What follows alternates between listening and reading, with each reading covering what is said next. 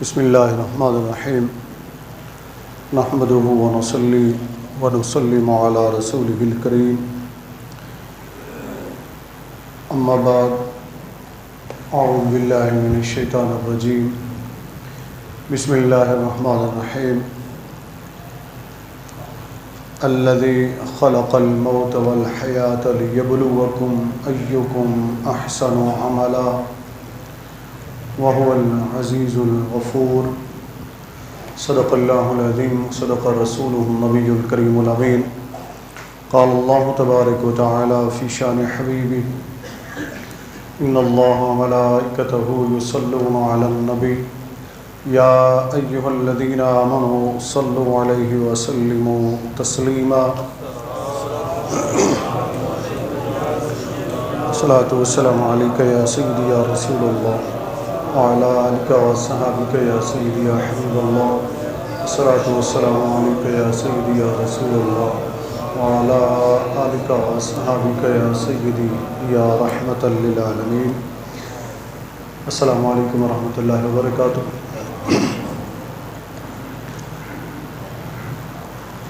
آج محرم الحرام کا آخری جمعۃ المبارک ہے، لیکن ہمارا سلسلہ گفتگو انشاءاللہ جاری رہے گا. آج کا جو ہمارا موضوع گفتگو ہے، جیسا کہ میں نے گزشتہ جمعۃ المبارک عرض کر دیا تھا، مقصد سیدنا امام حسین رضی اللہ تعالی عنہ اور آپ کی شہادت اور اس شہادت کے جو اثرات ہیں انشاءاللہ العزیز اس پر ہم گفتگو کریں گے، اس دعا کے ساتھ کہ اللہ تعالی ہمیں حق اور سچ کہنے کی توفیق عطا فرمائے، حق اور سچ کو سن کر اسے قبول کرنے اور اس پر ہمیں عمل کرنے کی توفیق عطا فرمائے. عزیزان گرامی قدر، یوں تو انسان بہت سے کام دنیا میں کرتا ہے، لیکن انسان کا جو اصل مقصد ہے تخلیق کا، اسے کرنے سے وہ کتراتا ہے، دور بھاگتا ہے. اور پھر اللہ تعالیٰ نے انسان کو زندگی کیوں عطا فرمائی، اور پھر اللہ تعالیٰ نے موت کیوں تخلیق فرمائی، جب زندگی دی تو پھر موت کیوں بنائی. ویسے اس موضوع پر زندگی اور موت کا جو فلسفہ، اس پر میں الگ سے انشاءاللہ گفتگو کروں گا.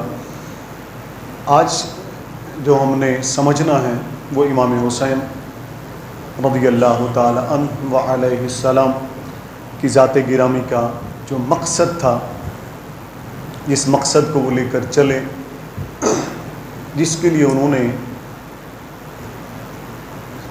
اتنی بڑی قربانی دی کہ شاید تاریخ میں اس جیسی قربانی کوئی دے نہ سکے. رب کریم نے سورۃ الملک سے جو میں نے آیت کریمہ تلاوت کرنے کے شرف حاصل کیا، اس میں اللہ رب العزت نے زندگی اور موت کا مقصد بیان فرمایا ہے. فرمایا الذی خلق الموت والحیات، اللہ وہ ہے جس نے موت کو تخلیق کیا، بنایا، والحیات، اور زندگی کو بھی تخلیق کیا. ابتدا میں خاص کر نوجوان جو ہیں وہ سمجھ لیں، جو بزرگی کی عمر میں پہنچ چکے ہیں تو ان کو تو زیادہ فکر کرنی چاہیے، لیکن نوجوانوں کو خصوصی طور پر دیکھیے، آپ کا، میرا، ہم سب کا خالق اللہ تبارک و تعالی ہے. ایسا ہے کہ نہیں؟ ٹھیک ہے نا جی. اب جو خالق ہے وہ اپنی تخلیق کے بارے میں بہتر جانتا ہے، اس سے بہتر کوئی نہیں جانتا کہ میں نے اسے کیوں بنایا ہے۔ ایک ذہن میں یہ رکھیں اور پھر اس تلاش میں رہیں، اس جستجو میں رہیں کہ وہ جو ہمارا خالق ہے اس نے ہمیں کیوں تخلیق کیا۔ اس سوال کو ادھر چھوڑتے ہیں، آگے جب اسی موضوع پر میں گفتگو کروں گا تو انشاءاللہ اس پر ہم تفصیل سے گفتگو کریں گے۔ اب پہلی بات کہ اللہ نے فرمایا موت بھی مخلوق ہے، کیا ہے؟ اور زندگی بھی مخلوق ہے۔ بڑی پیاری بات میں آپ کو سمجھا دیتا ہوں، اس کو سمجھ لیں، اچھی طرح ذہن میں بٹھا لیں۔ زندگی بھی، ساتھ ساتھ بولتے جائیں، مخلوق، موت بھی مخلوق، اور ہم بھی مخلوق۔ نہ ہم خالق ہیں، نہ زندگی خالق ہے، نہ موت خالق ہے۔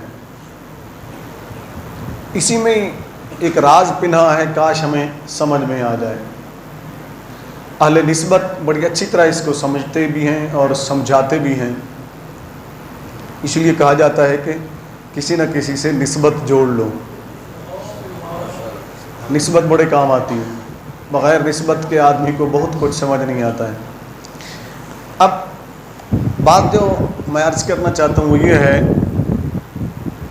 یار زندگی بھی مخلوق ہے، موت بھی مخلوق ہے، ہم بھی مخلوق ہیں، تو اللہ تعالیٰ نے کیا ارشاد فرمایا ہے؟ فرمایا لَقَدْ خَلَقْنَا الْإِنسَانَ،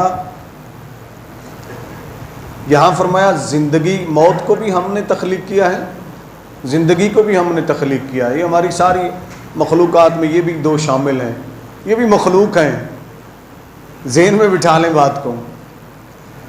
اور پھر فرمایا سورۃ 3 کے اندر فرمایا لَقَدْ خَلَقْنَا الْإِنسَانَ، انسان کو بھی ہم نے تخلیق کیا ہے، جس طرح موت کو تخلیق کیا، جس طرح زندگی کو تخلیق کیا، تو اس طرح انسان کو بھی تخلیق کیا۔ انسان بھی مخلوق ہوا، موت بھی مخلوق ہوئی، زندگی بھی مخلوق ہوئی۔ مخلوق ہونے میں کامن ہو گئے، یعنی برابر ہو گئے، ٹھیک ہے نا؟ مخلوق ہونے میں برابر ہو گئے نا۔ اب آگے کیا فرمایا ہے؟ فرمایا فی احسن تقویم، میری ساری مخلوقات میں سے جو بہترین ہے نا وہ انسان ہے۔ کون ہے؟ وہ انسان ہے۔ اسی لیے انسان کو اشرف المخلوقات کہا جاتا ہے، اشرف، اعلیٰ، سب سے بہتر۔ اگر اپنے سے کم تر کا غلام ہو جائے، توجہ ہے نا، بنتی نہیں ہے، جچتی نہیں ہے بات۔ یار ہم موت سے ڈرنے لگے، ہم زندگی سے خوفزدہ ہیں کہ پتہ نہیں کب مر جائیں، زندگی چلی جائے گی، اور رب فرماتا ہے ذرا عقل سے کام لو، سوچو، غور کرو، وہ بھی مخلوق ہے، تم بھی مخلوق ہو، اور تمہیں میں نے ساری مخلوقات سے بہتر بنایا ہے۔ اور دوسرے مقام پر رب کریم نے ارشاد فرمایا سخر لکم ما فی السماوات والارض، فرمایا جو کچھ زمین و آسمان میں ہے نا اے انسان، وہ سب میں نے تیری خدمت کے لیے بنایا ہے، تیری خدمت کے لیے بنایا ہے۔ تو اب زمین و آسمان میں جتنے بھی اس کی مخلوقات ہیں، اس میں زندگی بھی تو شامل ہے، اس میں موت بھی تو شامل ہے نا۔ تو پتہ یہ چلا زندگی بھی خادم تھی، موت بھی خادم تھی۔ انسان مخدوم تھا، مخدوم ہے، مخدوم رہے گا۔ کاش یہ مخدوم بن جائے، کاش یہ مخدوم بن جائے۔ وہ والے مخدوم نہیں جو جعلی بنتے ہیں، وہ والے مخدوم نہیں۔ جس زمرے میں یہ استعمال کر رہا ہوں، اللہ کرے وہ آپ کے ذہنوں میں بیٹھ جائے۔ اور مخدوم کی تعریف کیا ہے؟ مخدوم وہ ہوتا ہے جو خلق خدا کا خادم ہوتا ہے، خلق خدا کا خادم ہوتا ہے، خلق خدا کو تکلیف دینے والا نہیں، خلق خدا پر ظلم کرنے والا نہیں۔ خیر، اب یہ بات آپ نے سمجھ لی، اب اگلی بات سمجھیں۔ اللہ تعالیٰ نے موت کا ذکر پہلے فرمایا ہے، زندگی کا ذکر بعد میں فرمایا ہے۔ زندگی کا ذکر بعد میں فرمایا، ایسا کیوں؟ اور فرمایا زندگی کے مزے لینے والوں، یہ چند روزہ زندگی، اس کو لے کر سب کچھ بھول جانے والوں، پہلے موت ہے، پہلے موت ہے، پہلے موت کو یاد کرو، پہلے یاد کرو یہ موت ہے کیا، یہ ہے کیوں۔ فرمایا اس کو جب یاد رکھو گے نا زندگی سے پہلے، اب زندگی سے پہلے موت کو ہم کیسے یاد کریں گے؟ زندگی آئے گی تو موت کا پتہ چلے گا نا، موت آئے گی تو پتہ چلے گا نا۔ فرمایا زندگی تمہیں میں نے عطا کی ہے، وہ بھی مخلوق ہے، موت بھی تمہیں میں دوں گا، وہ بھی مخلوق ہے، مخلوق کو ختم نہیں کر سکتی۔ یہ میں نے بہت بڑی بات بتا دی آپ کو، اس کو ذہن میں رکھ لیں۔ مخلوق کو ختم نہیں کر سکتی، اس لیے خالق بننے کی کوشش مت کرو۔ توجہ ہے نا، خالق بننے کی کوشش مت کرو۔ زندگی دینے والا بھی میں ہوں، موت دینے والا بھی میں ہوں۔ زندگی موت کے فیصلے بیٹھ کر مت کرو۔ اگر تم اس منصب پر آ گئے تو پھر جس نے بھی خدا بننے کی کوشش کی تو وہ فنا ہو گیا، وہ ختم ہو گیا، اس کا وجود باقی نہیں رہا۔ اور یہ وہ چیز تھی جسے ہم علماء سے سمجھتے ہیں، بزرگوں سے سمجھتے ہیں۔ ہمیں صحیح معنوں میں، سچی بات یہ ہے کہ صحیح معنوں میں یہ چیزیں سمجھائی بھی نہیں جاتی۔ ہماری موت ہو جائے تو وہاں پر بھی عموماً کوشش کی جاتی ہے، اس طرح کی چیزیں سنائی جاتی ہیں کہ 4 پیسے بن جائیں۔ ریت بن گئی ہے نا، رسم بن گئی ہے نا۔ یہ نہیں بتایا جاتا کہ موت کیا ہے، زندگی کیا ہے۔ خیر، اب آئیے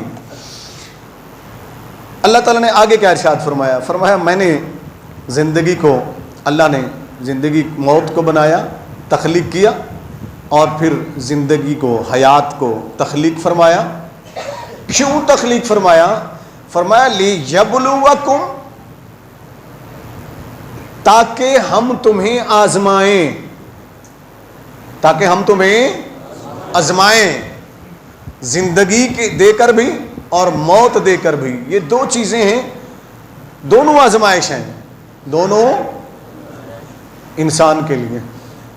توجہ ہے نا، غور سے سنیے گا، کہیں یہ نہ ہو کہ بات سر سے اوپر گزر جائے۔ میں وہ مشکل الفاظ بھی نہیں بولوں گا کہ جو آپ کو سمجھ میں نہ آئے اور میں اپنی دھاک بٹھانا شروع کر دوں، کیا بات ہے جی، بڑی علمی بات کر دی۔ نہیں، میں چاہ رہا ہوں کہ میں آپ کو بات سمجھاؤں، آپ کے دماغ میں بیٹھ جائے، آپ کے دل میں اتر جائے، اور آپ کو اس کو سمجھیں اور آگے اپنے بچوں کو سمجھائیں۔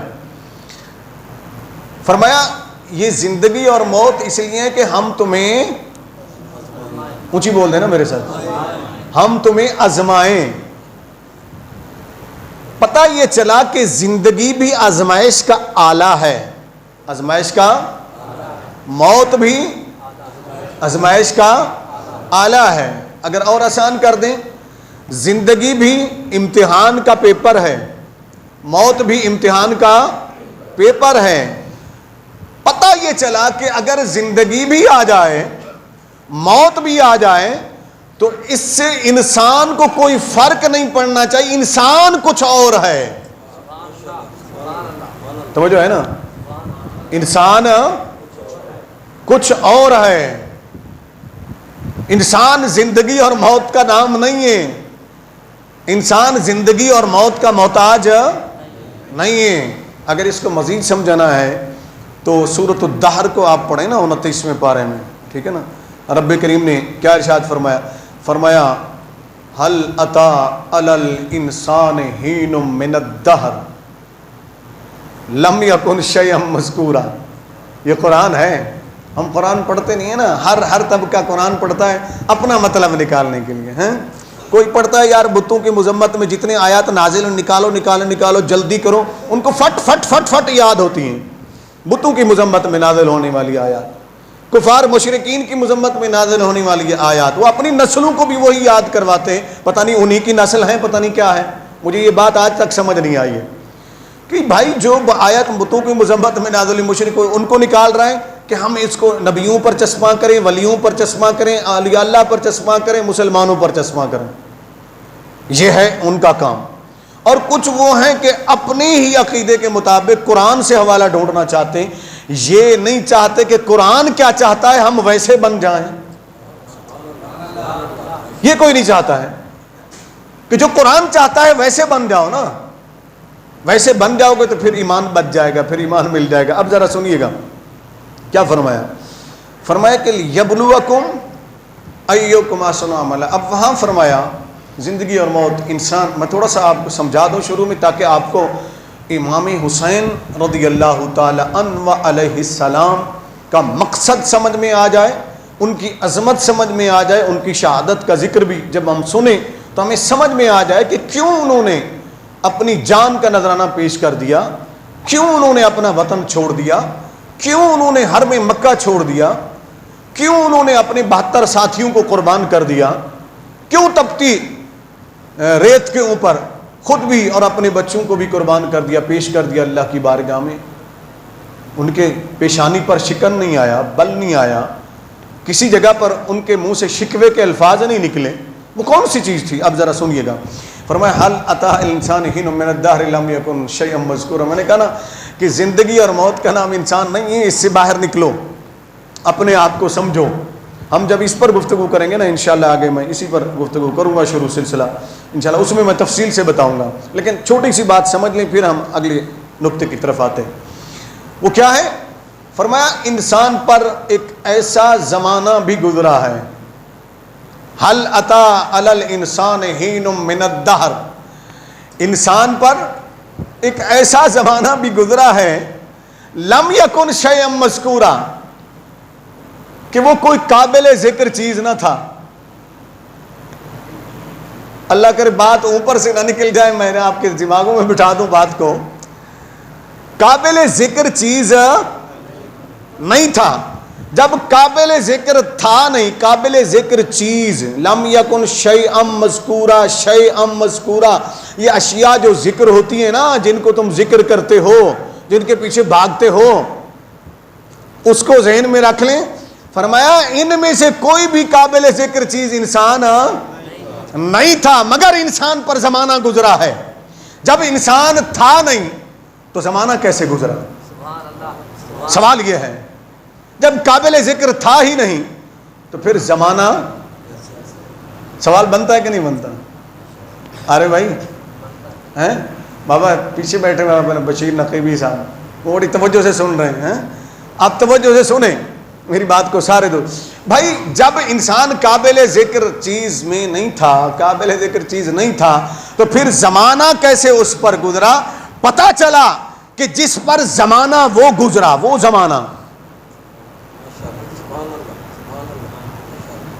کون سا زمانہ؟ سن دے ہاسے مٹھیاں گالیں.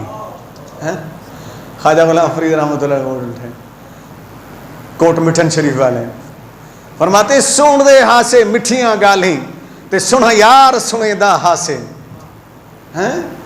وہ زمانہ کون سا تھا جب انسان تو قابل ذکر چیز نہ تھا مگر زمانہ گزرا ہے. اس پر رب نے یہ فرمایا. رب جھوٹ تو نہیں بولتا نا، استغفر اللہ، اس کی طرف جھوٹ کی نسبت بھی نہیں کی جا سکتی. پتہ چلا فرمایا تمہیں میں وہ نہیں بنانا چاہتا ہوں، تمہیں یاد دلا رہا ہوں کہ تم وہ مقام حاصل کرو کہ تم قابل ذکر چیزوں، ان چیزوں کی طرف مت پڑھو. اس زمانے اپنے کو یاد کرو جب ان میں نہ تھے، تم اس میں تھے، تم اس مقام عظمت میں تھے.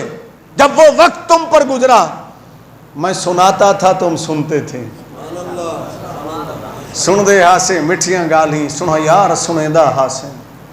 وہ فرماتے ہیں کہ وہ محبوب سناتا تھا ہمیں بچھڑن مول یاد نہ ہاسے. آگے فرماتے بچھڑنا تو ہمیں یاد ہی نہیں تھا.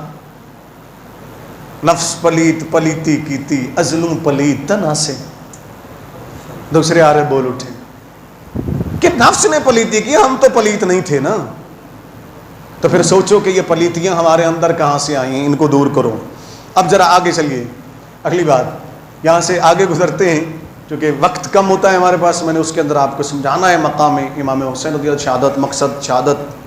اب سنیے آگے اللہ تعالیٰ شہادت فرمایا ایکم احسن عملا، ہم نے تو تمہیں یہ زندگی اور موت اس لیے بنائی ہے کہ ہم تمہیں آزمائیں کہ تم میں سے کون اچھا عمل کرتا ہے، کون اچھا عمل کرتا ہے۔ اب یہ ہے عام انسان سے بھی ہم سوال کریں، اب ذرا غور سے سنیے گا، اگر میں سوال کروں تو جواب دیتے جائیے گا۔ میں پوچھوں نماز نہ پڑھنا اچھا عمل ہے یا برا؟ برا۔ جہاں آپ کو لگے کہ اچھا عمل ہے تو آپ کہہ دیجیے گا اچھا عمل اچھا ہے، جو لگے کہ نہیں یہ ٹھیک نہیں تو آپ کہہ دیجیے گا یہ برا ہے، برا کہہ دیجیے گا، ٹھیک ہے۔ نماز نہ پڑھنا برا عمل، نماز نہ پڑھنا، اذان کے اوپر پہرا بٹھا دینا برا عمل، نمازوں سے روک دینا، مسجد کو تالے لگا دینا، شراب پینا، بندر نچوانا، بندروں کو تاج پہنانا، نماز کے وقت میں گھوڑے پر سوار ہو کر یا سواری پر سوار ہو کر شکار کے لیے نکل جانا، نماز چھوڑ دینا برا عمل ہے نا۔ ان محرمات سے جن سے نکاح کرنا حرام ہو ان سے نکاح کرنا کیا نہیں، مسجد کی دیواروں کو بھی پتہ چلنا چاہیے نا، آپ بول رہے ہیں برا عمل ہے نا۔ اب ذرا ٹھہریے، میں چاہتا ہوں کہ میری نسل نو، میرے بچے، میرے جوان بات کو سمجھیں، کیونکہ جس دور سے ہم گزر رہے ہیں یہ فتنوں کا دور ہے، ٹھیک ہے نا۔ ہمارے دائیں فتنے، بائیں فتنے، آگے فتنے، پیچھے فتنے، اوپر سے فتنے، نیچے سے فتنے، گھروں میں فتنے، درباروں میں فتنے، مزاروں میں فتنے، مساجد میں فتنے، پیروں میں فتنے، مولویوں میں فتنے، خطیبوں میں فتنے، علماء میں فتنے، سیاستدانوں میں فتنے، ہر طرف فتنوں ہی فتنوں کا دور ہے۔ تو پہچانے، ہم سمجھیں ذرا بات کو۔ اب بات کو غور سے سنیے کہ جتنے باتیں میں نے آپ سے پوچھی، آپ اور میں اس معاشرے میں پلے بڑھے ہیں نا، اس معاشرے میں پلے بڑھے ہیں نا۔ ذرا سوچیں، ہم میں سے کوئی مدرسے میں پڑھا ہوگا، کوئی اسکول میں، کوئی کالج میں، کوئی یونیورسٹی میں، کوئی زیادہ سے زیادہ چھلانگ لگائی جامعہ ازہر میں پڑھ لیا ہوگا، مدینہ میں یونیورسٹی میں پڑھ لیا ہوگا، ہاں بڑے ادارے میں پڑھ لیا، بڑی یونیورسٹی میں آکسفورڈ میں پڑھ لیا ہوگا۔ اب میں آپ سے سوال چھوڑ کر آگے نکلتا ہوں، دوسرا سوال کرتا ہوں، ذرا سوچیں، ہم میں سے جتنے بھی باتیں میں نے ذکر کی ان میں سے کم تھوڑی سی میں نے کی تاکہ آپ کو بات سمجھ میں آئے، ہم میں سے ہر ایک نے اس کو برا سمجھا، برا کہا، برا جانا، برا جانا۔ اور اگر کوئی ان ساری چیزوں کو کر رہا ہو ہمارے سامنے، کیا ہم اس کے ساتھ کھڑے ہو جائیں گے؟ ہم ساتھ دیں گے اس کا؟ نہیں دیں گے نا۔ اب ذرا سنیے غور سے، جو پلا ہو گود مصطفیٰ میں، جو پلا ہو گود مصطفیٰ صلی اللہ علیہ وسلم نے، جس کی رگوں میں خون ہو حیدر کرار کا رضی اللہ تعالیٰ عنہ، جس کی نسوں میں دودھ دوڑ رہا ہو سیدہ طیبہ طاہرہ عابدہ زاہدہ فاطمۃ الزہرا سلام اللہ علیہا کا، جس کو گود میں لے کر لوریاں قرآن کی سنائی ہوں سیدہ زہرا سلام اللہ علیہا نے، جس نے قرآن کی تفسیر سیکھی ہو مولا کائنات حضرت علی کرم اللہ وجہ الکریم سے، جس نے تربیت حاصل کی ہو مصطفیٰ کریم علیہ الصلوۃ والسلام نے، جس کے اساتذہ میں تیرے میرے استاد ہو سکتے ہیں، ہم فخر کرتے فلاں ہمارا استاد ہے، جس کے استادوں میں سیدہ زہرا سلام اللہ علیہا ہوں، جس کے استادوں میں مولا کائنات حضرت علی کرم اللہ وجہ الکریم ہوں، جس کے استادوں میں امام حسن مجتبی رضی اللہ تعالی عنہ، جس کے استادوں میں حضرت عثمان غنی رضی اللہ تعالی عنہ ہوں، جس کے استادوں میں حضرت عمر فاروق رضی اللہ تعالی عنہ ہوں، جس کے استادوں میں حضرت ابوبکر صدیق رضی اللہ تعالی عنہ ہوں، جس کے استاد اعظم محمد الرسول اللہ صلی اللہ علیہ وآلہ وسلم، تو پھر ذرا سوچئے اس کی فکر کیا ہوگی، اس کی سوچ کیا ہوگی، اس کی عظمت کیا ہوگی، اس کی بلندی بلندی کیا ہوگی؟ کیا اس نے نہ دیکھا ہوگا، اس نے نہ سوچا ہوگا کہ یزید شراب بھی پی رہا ہے، یزید فسق و فجور بھی کر رہا ہے، یزید زنا بھی کر رہا ہے، یزید اذانوں پر پہرے بھی بٹھا رہا ہے، یزید بندروں کو بھی نچوا رہا ہے، یزید مسجدوں کو تالے بھی لگوا رہا ہے، یزید اذان بلند نہیں ہونے دیتا ہے، یزید ادھر جماعت ہو رہی ہوتی ہے، ادھر یہ محفلیں سجا کر بیٹھا ہوتا ہے۔ وہ حسین رضی اللہ تعالی عنہ نے جس نے اپنی آنکھوں سے مدینہ المنورہ کی پاک دھرتی کے اوپر یزید کو شراب پیتے ہوئے دیکھا تھا، میں پوچھتا ہوں بد کردار ان لوگوں کو جو اس پلید یزید کی آج بھی وکالت کرتے ہیں اور کہتے ہیں کہ حسین ٹھیک نہ تھا، یزید ٹھیک تھا، تو تو نے ہر اس چیز کو برا کیوں کہا کہ جو یزید کرتا رہا؟ جب وہ بری ہیں تو پھر حسین جیسا شہزادہ، میرے نبی کا نواسا، علی کا بیٹا، فاطمہ الزہرا کا لخت جگر جب اٹھا ہوگا، اس نے دیکھا ہوگا، تو وہ کیسے سمجھوتا کر سکتا تھا؟ یہ سوال ہے میرا۔ یہ ذاکر نائک جیسے، ڈاکٹر ذاکر نائک جیسے اجہل یزید کے دلال، یا مرزا محمد علی چہلمی جیسے یزید کے دلال، میں ان دلالوں سے پوچھتا ہوں، ارے اپنی نسل کا نام یزید رکھ دو، اپنے بیٹوں کا نام یزید رکھ دو، بغیر تو تمہیں شرم نہیں آتی، لبادہ اسلام کا اوڑھتے ہو اور وکالت یزید جیسے دلے کی کرتے ہو، یزید جیسے پلید کی وکالت کرتے ہو، تمہیں شرم نہیں آتی؟ وہ امام حسین رضی اللہ تعالیٰ عنہ جنہوں نے مصطفیٰ کریم علیہ السلام، یہ الفاظ میں نے اس لیے بولے کہ ہمارے نوجوان بیچارے سیدھے سادے وہ سوشل میڈیا کھولتے، ڈاکٹر ذاکر نائک کی ویڈیو، وہ جی ذاکر نائک نے اتنے لوگوں کو یہ کر دیا، اس نے یہ کہا ہے۔ اس چبل انسان کو آج سے 5-6 سال پہلے جب اس نے بکواس کی تھی سیدنا امام حسین رضی اللہ تعالیٰ عنہ کے بارے میں، اس نے کہا تھا کہ یزید رضی اللہ تعالیٰ عنہ ہے امیر المومنین، اس کی ویڈیو آج بھی موجود ہے۔ اس نے کہا تھا کہ امام حسین رضی اللہ تعالیٰ نعوذ باللہ باغی تھے، بغاوت کی ہے، میں نے اس کو جی میل کیے تھے، میرے دوست ہیں سری لنکا کے اندر عالم دین، میں نے ان کے ذریعے بھی اس کو جی میل بھجوائے، مضامین بھیجے، میں نے کہا تیرے اندر جرت ہے تو جس میدان میں آئے سامنے آ جا، اللہ کی عزت کی قسم مجھے حسین کا غلام نہ کہنا کہ تیری وہیں لوگوں سے چھتروں سے لترول نہ کروا دوں، تو پھر کہنا دلائل کے لحاظ سے یزید کی وکالت کرتے ہو، شرم نہیں آتی تمہیں؟ اب ذرا سنو، امام حسین رضی اللہ تعالیٰ کون تھے؟ وہ جانتے تھے اس مقصد کو، انہیں پتا تھا کہ یہ میری زندگی آزمائش ہے۔ کیا ہے؟ آزمائش کیسے ہوتی ہے؟ اب ذرا قرآن کے دوسرے مقام پر چلیے۔ دل دکھتا ہے، ہمارے نوجوان بعض ہمارے سر پھرے ان جیسے لوگوں کے وکیل بن جاتے ہیں، ان جیسے لوگوں کے پیچھے چل پڑتے ہیں، اپنی دنیا اور آخرت برباد کر بیٹھتے ہیں۔ اس وجہ سے میں بولتا ہوں کہ سمجھیں، یہ اختلاف نہیں ہے رفع دین کر لیا جی، رفع دین نہ کیا، یہ اختلاف نہیں ہے، یہ ایمان و کفر کا مسئلہ نہیں ہے۔ جن کے پیچھے چلتے ہو پہلے سوچ لیا کرو کہ وہ تھے کیسے بدبخت، ان کی باتوں کو دیکھو۔ اب ذرا سنیے، غور سے سنیے، آزمائش کیسے ہوتی ہے۔ قرآن کریم میں رب کریم نے فرمایا وَلَنَبْلُوَنَّكُمْ بِشَيْءٍ مِّنَ الْخَوْفِ وَالْجُوعِ وَنَقْصٍ مِّنَ الْأَمْوَالِ وَالْأَنفُسِ وَالثَّمَرَاتِ۔ رب کریم نے فرمایا آزمائش کیا ہوتی ہے؟ فرمایا ہم آزمائیں گے تمہیں خوف کے ذریعے، ڈر پیدا کر کے، خوف مسلط کر کے ہم تمہیں آزمائیں گے، والجوع بھوک کے ذریعے آزمائیں گے، ونقص من الاموال تمہارے مال کے اندر نقصان دے کر، والانفس تمہاری جان کے اندر نقصان دے کر اس کے ذریعے بھی آزمائیں گے، والثمرات ثمرات کے اندر کھانے پینے کی اشیاء بھی، اولاد بھی، یہ سب شامل کیا ہے مفسرین کرام نے، اس سب کے ذریعے ہم تمہیں آزمائیں گے۔ جب ہم تمہیں آزمائیں گے تو پھر کیا ہوگا؟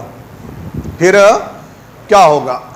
آزمائش پر اگر کوئی پورا اتر گیا، یہ رکھو، آزمائش پر اگر کوئی پورا اتر گیا تو پھر کیا ہوگا؟ رب کریم نے فرمایا وَبَشِّرِ الصَّابِرِينَ، پھر ان آزمائشوں پر جو صبر کرے گا نا، پھر ہم اسے خوشخبری دیں گے، ہم اسے بشارت دیں گے، اللہ بشارت دے گا اور آگے کیا ہے؟ فرمایا صرف بشارت نہیں دیں گے، اولئک علیہم صلوات من ربہم ورحمہ، لوگ ہماری رحمت کی طلب میں ہیں، لوگ ہدایت کی طلب میں ہیں، لوگ ہماری صلات کی طلب میں ہیں کہ اس کی طرف سے صلات آئے، اس کی طرف سے رحمت آئے۔ فرمایا جو ان آزمائشوں پر پورا اتریں گے پھر ہماری صلات بھی انہی کے لیے ہوگی، ہماری رحمت بھی انہی کے لیے ہوگی، اور پھر ہماری ہدایت بھی انہی کے لیے ہوگی۔ اب ذرا غور کیجئے گا، سیدنا امام حسین رضی اللہ تعالی عنہ، اب بعض لوگ پتہ کیا ہیں جن کا میں نے ذکر کیا، اسی قبیل کے لوگ آج بھی آپ کی اسی دھرتی پر موجود ہیں، اسی دھرتی پر موجود ہیں۔ حضرت سیدنا امام حسین رضی اللہ تعالیٰ کا نام جب لکھتے ہیں تو صرف حسین لکھ دیتے ہیں، حسین رضی اللہ تعالیٰ، امام لکھتے ہوئے انہیں تکلیف ہوتی ہے، شرم نہیں آتی؟ امام لکھتے ہوئے تکلیف ہوتی ہے؟ مسجد میں کھڑے ہوئے اپنی مولوی کو امام صاحب کہتے ہو، ہیں؟ جس کے پیچھے نمازیں پڑھتے اس کو امام صاحب کہتے ہو، حضرت صاحب کہتے ہو، اور جو اماموں کا امام ہے، بولیں تو صحیح نا، جو اماموں کا امام ہے، ارے تیرے امام نہ کہنے سے انہیں کوئی فرق نہیں پڑتا، اس لیے کہ امامت ان کے گھر کی ہے، امامت ان کے گھر کی ہے، ولایت، سیادت، قیادت، بزرگی، شرف، رفعت جب ان کے گھر کی ہے، تو بھکاری ہے 2 ٹکے کا، تیرے نہ کہنے سے انہیں کیا فرق پڑے گا؟ تیرے نہ کہنے سے انہیں کیا فرق پڑے گا؟ یہ میں اس لیے کہہ رہا ہوں کہ تاکہ آپ لوگ بھی سمجھیں، ہمارے نوجوان بچے بھی سمجھیں۔ سیدنا و مولانا امام علی مقام امام حسین رضی اللہ تعالی عنہ ان ساری چیزوں کو سمجھتے تھے۔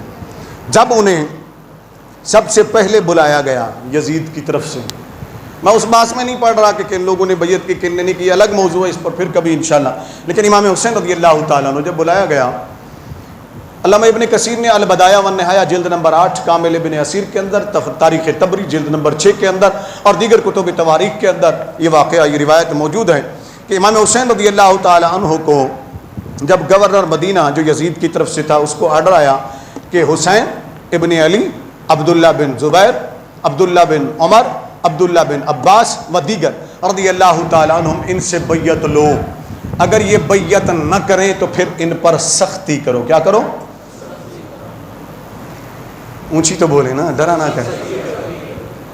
میں کسی کا نام نہیں لے رہا ہوں، اپنے دور کو بھی دیکھتے جائیے گا، اپنے دور کو بھی یزیدی سوچیں، کفریہ سوچیں، ہمیشہ لوگوں کو غلام بنا کے رکھنا چاہتی ہیں، وہ چاہتے ہیں کہ جو ہم کہہ دیں وہی ہو جائے بس۔ اب آگے سنیے گا، سیدنا امام علی مقام امام حسین رضی اللہ تعالیٰ عنہ کو بلایا گورنر مدینہ نے، کہنے لگا کہ آپ بیعت کر لیں۔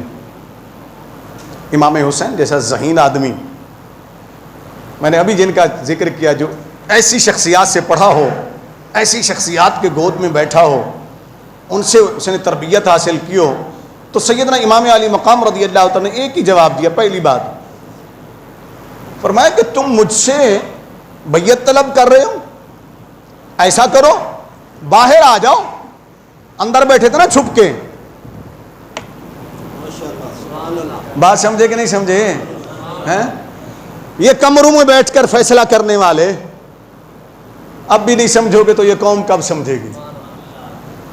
یہ کمروں میں بیٹھ کر فیصلہ کر دینے والے، ساری جو عوام ہوتی ہے اس کی تقدیر کا، یہ آج کے نہیں ہیں، یہ سوچ وہاں سے چلی آ رہی ہے، یہ سوچ وہاں سے، اسی سے تاریخ انسانی کو پڑھتے چلے جائیں، اس قسم کے کردار جو یزیدی کردار ہوتے ہیں وہ ہمیشہ ایسے کرتے ہیں۔ امام حسین رضی اللہ تعالیٰ نے فرمایا کہ ہاں ادھر کمرے میں بیٹھ کر فیصلہ مت کرو، مجھ سے بیعت لینا چاہتے ہو نا یزید کی، ایسا کرو باہر آ جاؤ، عوام میں آ جاؤ، بڑا شوق ہے نا تو سیاسی پارٹیاں بناؤ نا، سامنے آ جاؤ قوم کے، جو قوم فیصلہ کر دے اسے تسلیم کر لو، اسے تسلیم کر لو۔ امام علی مقام رضی اللہ تعالیٰ فرماتے باہر آ جا، مدینے کے لوگوں کے سامنے رکھ لیے بات، اگر مدینے کے لوگ بیعت کر لیں گے تو پھر میں بھی سوچوں گا، پھر میں بھی سوچوں گا۔ بڑا حکیمانہ جواب دیا آپ نے کہ کوئی یہاں مدینے کی دھرتی پر، زمین پر کوئی فتنہ نہ ہو، کوئی فساد نہ ہو، کوئی لڑائی جھگڑا نہ ہو، امام حسین رضی اللہ تعالیٰ یہ کہہ کر واپس آنے لگتے ہیں، اندر بیٹھا ہوا ایک کردار جو اس میں سارا کردار اس کا ہے، اور حضرت عثمان غنی رضی اللہ تعالیٰ کو شہید کروانے میں بھی اسی کا کردار ہے، اس پر میں الگ سے انشاءاللہ تفصیل بیان کروں، لیکن آج اسی پر گفتگو کرنی ہے۔ سیدنا امام حسین رضی اللہ تعالیٰ نکلنے لگے تو کونے میں چھپا بیٹھا پیچھے، وہ ڈر گیا جب امام حسین بولیے، اس کا نام تھا مروان، کیا؟ مروان پیچھے سے بولا، کہنے لگا ولید، یہ گورنر مدینے کا نام تھا، ولید اس کو مت جانے دے، آج تیرے پاس موقع ہے، اس کی گردن اڑا دے ورنہ یہ تیرے قابو نہیں آئے گا، حالات بہت خراب ہو جائیں گے۔ امام حسین رضی اللہ عنہ جو دروازے تک پہنچے تھے نا، علامہ ابن کثیر لکھتے پلٹ کر دیکھا اور اپنی تلوار کو باہر نکالا، اپنے ساتھیوں کو باہر چھوڑ آئے تھے کہ اندر مت آنا جب تک میں آواز نہ دوں، تلوار نکالی اور فرمایا فلاں کے بیٹے تو مجھے قتل کرے گا، تیرے اندر ہمت کیسے آ گئی، تیرے اندر جرت کیسے پیدا ہوئی، تو میرا قاتل نہیں ہے، نہ ہی تو مجھے قتل کر سکتا ہے۔ جب آپ نے تلوار نکالی تو مروان بھی ڈر گیا اور ولید بھی ڈر گیا۔ سیدنا امام حسین رضی اللہ عنہ باہر آ گئے۔ آپ جب باہر آئے، آپ نے آ کر گھر والوں سے مشورہ کیا، مشورہ کرنے کے بعد فیصلہ یہ کیا کہ ہم مدینہ چھوڑ دیں گے۔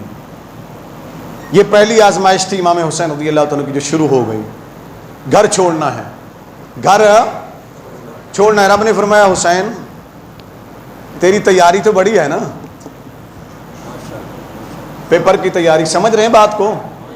یہ میں سارا سنا چکا ہوں آپ کو کہ حسین کی تیاری کیسے کروائی گئی، نبی کریم صلی اللہ علیہ وسلم نے کیسے کروائی، اپنا لعاب دہن چسا چسا کر، اپنے کاندھوں پر بٹھا بٹھا کر، حسین کے لیے سجدے لمبے کر کے، جب اللہ کی بارگاہ میں سر مسجود تھے، فرض نماز ہو رہی تھی، جماعت ہو رہی تھی، آقا علیہ السلام امامت فرماتے، حسین جا کر اوپر بیٹھے تو نبی کریم صلی اللہ علیہ وسلم نے سجدہ ہی لمبا کر دیا، سجدے لمبے کر کے، جس کی خاطر حسین جس کو اپنے کاندھوں پر بٹھایا، دونوں طرف کی زلفیں پکڑا دی، کہا حسین دائیں بھی پکڑو بائیں بھی پکڑو، پھسل نہ جانا، میری زلفیں پکڑ کر کمانڈ کرنا سیکھ لو، مضبوطی سے پکڑو، آگے تم نے امت کی کشتی کو کنارے لگانا ہے، خیال کرو یہ تربیت ہو رہی ہے۔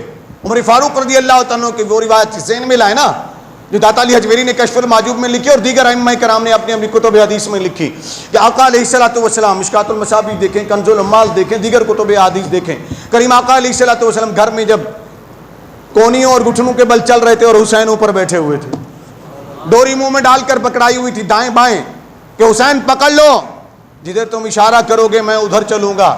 آج حسین جدھر تم اشارہ کرو گے نبی ادھر چلے گا، لیکن کل یاد رکھنا میری امت کی قیادت تم نے کرنی ہے، اسلام کی کشتی کو تم نے کنارے لگانا ہے، خیال رکھنا کشتی اسلام ڈوبنے نہ پائے۔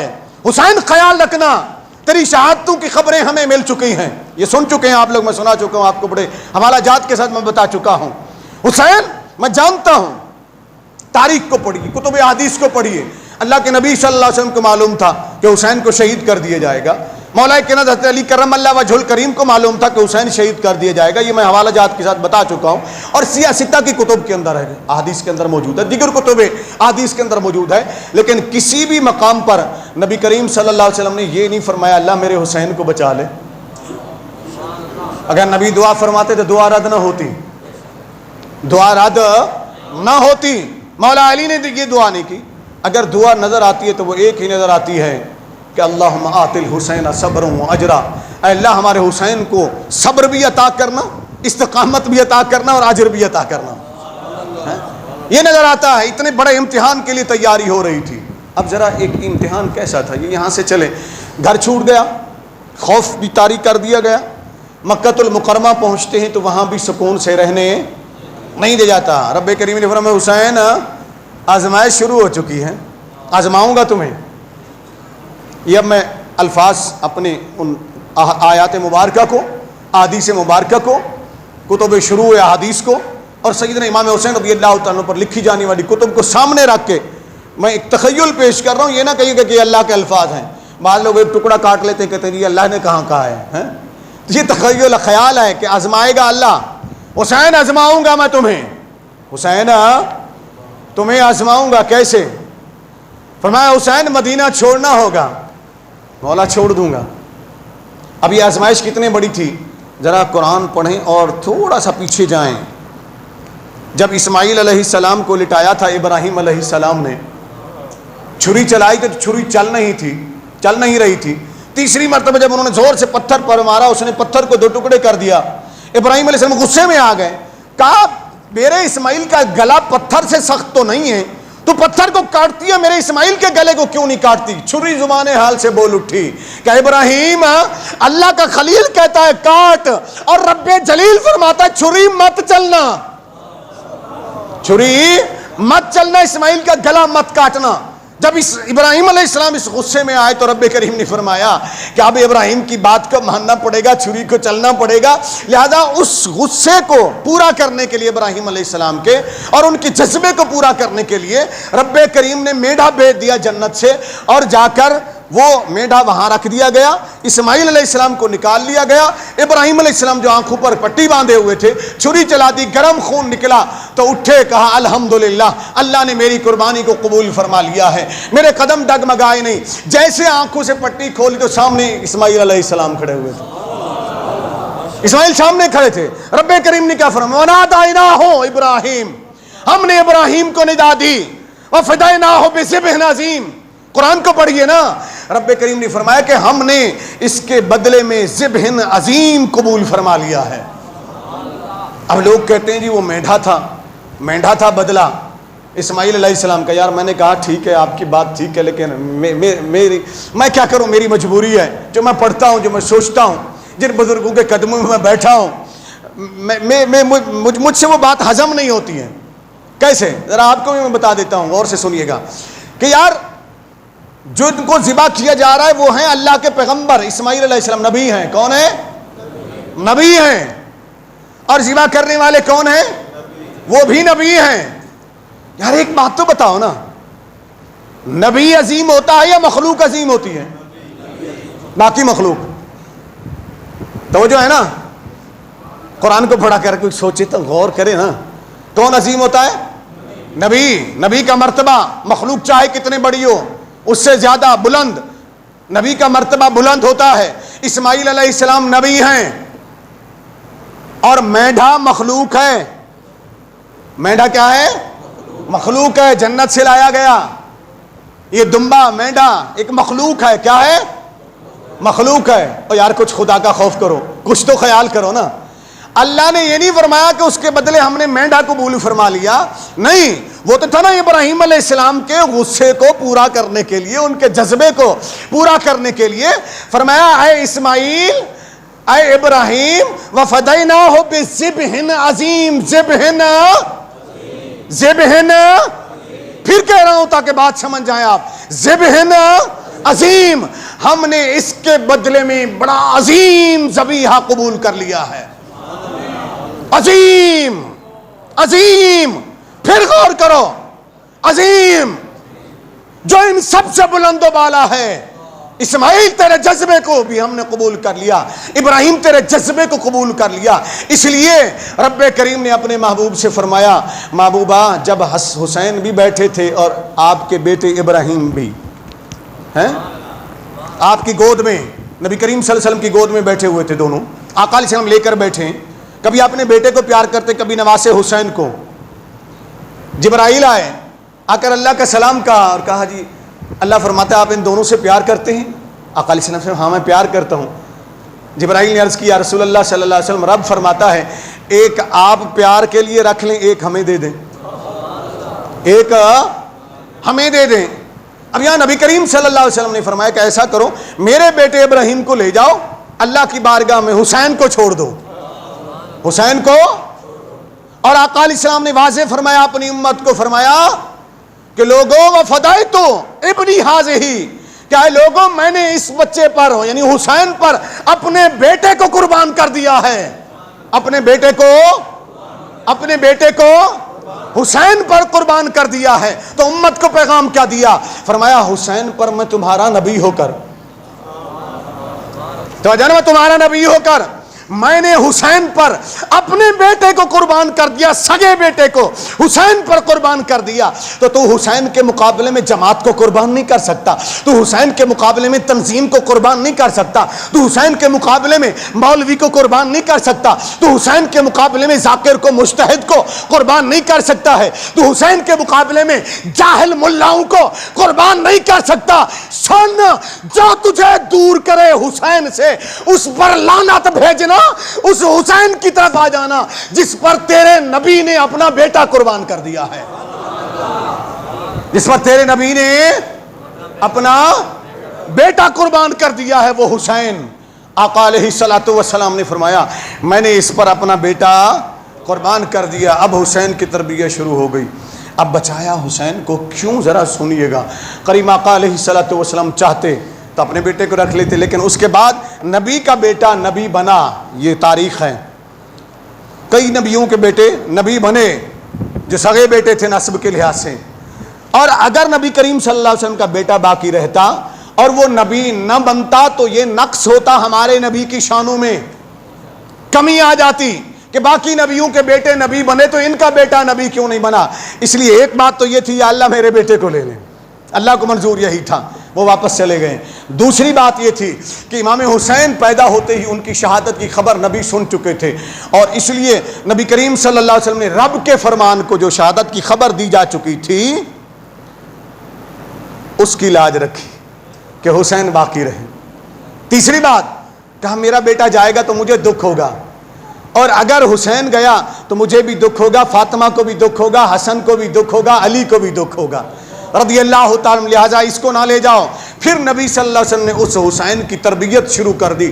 اب یہاں میں فخر المحدثین شاہ عبدالعزیز محدث دہلوی کا حوالہ دے دوں تو میرے خیال میں یہ بہتر ہوگا، میرے خیال میں یہ بہتر ہوگا باقیوں کے حوالے دینے کی بجائے نا۔ بر صغیر کے اندر مسلمہ شخصیت ہیں، وہ لکھتے ہیں سر الشہادتین کے اندر، سر الشہادتین کے اندر میرے پاس رکھی ہوئی ہے، شاہ عبدالعزیز محدث دہلوی رحمۃ اللہ علیہ کی کتاب سر الشہادتین، جو بھی دیکھنا چاہے میں اس کو دکھا سکتا ہوں۔ آپ فرماتے ہیں دیگر ائمہ کے حوالے دے کر وہ لکھا، انہوں نے جو خلاصہ لکھا میں وہ عرض کر، تو فرماتے ہیں سنو، شہادت کی دو قسمیں ہیں، شہادت سری اور شہادت جہری۔ کتنے قسمیں ہیں؟ دو قسمیں، شہادت سری اور شہادت جہری۔ سری کہتے ہیں پوشیدہ شہادت کو، جہری کہتے ہیں علل اعلان، یعنی دشمن گھیر لے، بھوک افلاس بھی ہو، ہر طرف سے تیر و تلوار بھی چلیں، جسم زخمی بھی ہو جائے، خون آلود بھی ہو جائے، گردن تن سے بھی کٹ جائے، یہ سارے الفاظ لکھے، اسے جہری شہادت کہتے ہیں۔ فرماتے ہیں ہر نبی کو سری شہادت بھی ملی، جہری شہادت ملی، کسی کو جہری ملی، کسی کو سری ملی۔ پھر حوالے کتب کے اندر موجود ہیں، زکریا علیہ السلام کو آرے سے 2 ٹکڑے کر دیا گیا، دیگر انبیاء کرام کو بھی شہادتیں ملی ہیں۔ فرماتے ہیں شہادت ایک وصف ہے جو عظمت والا ہے، جو بڑی رفعت والا ہے، جو عظیم ہے، اور اگر ہمارے نبی کو یہ وصف نہ ملتا، ہمارے نبی کو یہ وصف نہ ملتا تو پھر ان کے لیے یہ کہا جا سکتا تھا کہ باقی نبیوں کو تو یہ عظمت ملی، محمد رسول اللہ کو کیوں نہ ملی۔ تو فرماتے ہیں رب کے ایک تو ظاہری طور پر وہ چونکہ نبی کریم صلی اللہ علیہ وسلم کو قابو کر نہیں سکتا تھا، شہید کر نہیں سکتا تھا، رب نے اعلان فرما دیا تھا واللہ یعصمک من الناس، اے محبوب صلی اللہ علیہ وسلم ہم تجھے لوگوں سے بچائیں گے، تیری حفاظت کریں گے، یعنی اس اللہ کے فرمان کے مطابق۔ اب ظاہری طور پر کوئی آپ کو شہید کر نہیں سکتا تھا، اگر آپ کو کوئی شہید کر دیتا تو پھر دین اسلام باقی نہ رہتا، لوگ ایمان پر باقی قائم نہ رہتے، اس وجہ سے اللہ نے ان کی حفاظت فرمائی۔ اب اس پر آ کر شاہ عبدالعزیز محدث دہلوی رحمۃ اللہ علیہ فرماتے ہیں اللہ نے جسم مصطفیٰ کے 2 حصے فرما دیے، جسم مصطفیٰ کے 2 حصے فرما دیے، سن چکے ہیں آپ، میں روایات پیش کر چکا ہوں۔ ایک کا نام حسن رکھا گیا، ایک کا نام حسین رکھا گیا۔ حسن سر سے لے کر ناف تک ہم شکل مصطفیٰ، حسین ناف سے لے کر پاؤں تک ہم شکل مصطفیٰ۔ سری شہادت جو تھی مصطفیٰ کی، اس کا مظہر اللہ نے امام حسن مجتبی کو بنا دیا رضی اللہ تعالیٰ عنہ، اور جو جہری شہادت تھی کریم آقا علیہ الصلوۃ والسلام کی، اس کا مظہر اللہ نے امام حسین رضی اللہ اللہ تعالیٰ عنہ کو بنا دیا. اس لیے کہا گیا ہے کہ جتنے بڑا مرتبہ ہوتا ہے اتنے بڑی آزمائش ہوتی ہے. جب سری شہادت باقیوں کی ہوئی تو اتنے تکلیف نہیں ہوئی جتنے تکلیف امام حسن مشتبہ کو ہوئی ہے رضی اللہ تعالیٰ. 5 مرتبہ انہیں زہر دیا گیا. بالآخر جب جسم کے اندر سے گوشت کے جگر کے ٹکڑے ٹکڑے ہو کر نکلنے لگے, خون کی الٹیاں آنے لگی, بھائی حسین نے گود میں سر رکھ کر پوچھا, بھائی حسن بتا تو دے تجھے زہر کس نے دیا ہے؟ فرمایا, بھائی حسین تو کیا کرے گا, کیا کرے گا تو؟ یہ 2 بھائیوں کی گفتگو ہو رہی ہے. کب؟ جب حسن کے جگر سے ٹکڑے نکل رہے, جگر کے ٹکڑے خون کے ذریعے نکل رہے ہیں, الٹیوں کے ذریعے نکل رہے ہیں. چھوٹا بھائی گود میں لیے بیٹھا ہے اپنے بڑے بھائی کو, جو اور پوچھ رہا ہے کہ بھائی بتا, خون آلود چہرہ ہے, بھائی بتا کون ہے تجھے زہر دینے والا؟ فرمایا, حسین تو کیا کرے گا, تو اسے قتل کرے گا؟ امام حسین رضی اللہ تعالیٰ کہتے ہیں, ہاں بھائی میرے ہاتھ وہ لگ گیا تو میں اسے قتل کر دوں گا. امام حسن رضی اللہ تعالیٰ عنہ فرماتے ہیں, بھائی حسین جس نے مجھے زہر دیا ہے اگر میں سمجھتا ہوں وہی ہے تو پھر اللہ اسے سزا دے گا, اور اگر اس نے مجھے نہیں دیا تو پھر تو اگر کسی بے گناہ کو قتل کر دے گا, میں نہیں چاہتا کہ تیرے ہاتھ کسی بے گناہ کے خون سے رگے جائیں. یوں ان کا جگر ٹکڑے ٹکڑے ہو کر باہر نکلا اور امام حسن رضی اللہ تعالیٰ عنہ کی شہادت امام حسین کی گود میں ہو گئی. وہ حسین جو آزمائشوں سے گزرتا جا رہا ہے, رب نے فرمایا, حسین تجھے بھائی حسن کا لاشا بھی اٹھانا ہوگا, مولا اٹھا لوں گا. باپ علی کا لاشا بھی اٹھانا ہوگا, مولا اٹھا لوں گا. حسین تجھے مکہ بھی چھوڑنا ہوگا, مولا چھوڑ دوں گا. حسین تجھے کربلا کی دھرتی پر چلنا ہوگا جس آزمائش کے لیے تجھے میرے نبی نے تیار کیا ہے. حسین تیار ہو؟ مولا تیار ہوں. حسین چلے, کربلا کی دھرتی پر پہنچے. میرے حسین نے, آپ کے حسین نے, ہم سب کے حسین نے رضی اللہ تعالیٰ عنہ یہ قربانی کیسے دی, یہیں سے گفتگو کا آغاز ہوگا انشاءاللہ. آئندہ جمعۃ المبارک کوشش کیجیے گا جیسے آج جلدی تشریف لائیں, جلدی تشریف لائیے گا. اللہ آپ سب کو سلامت رکھے. السلام علیکم.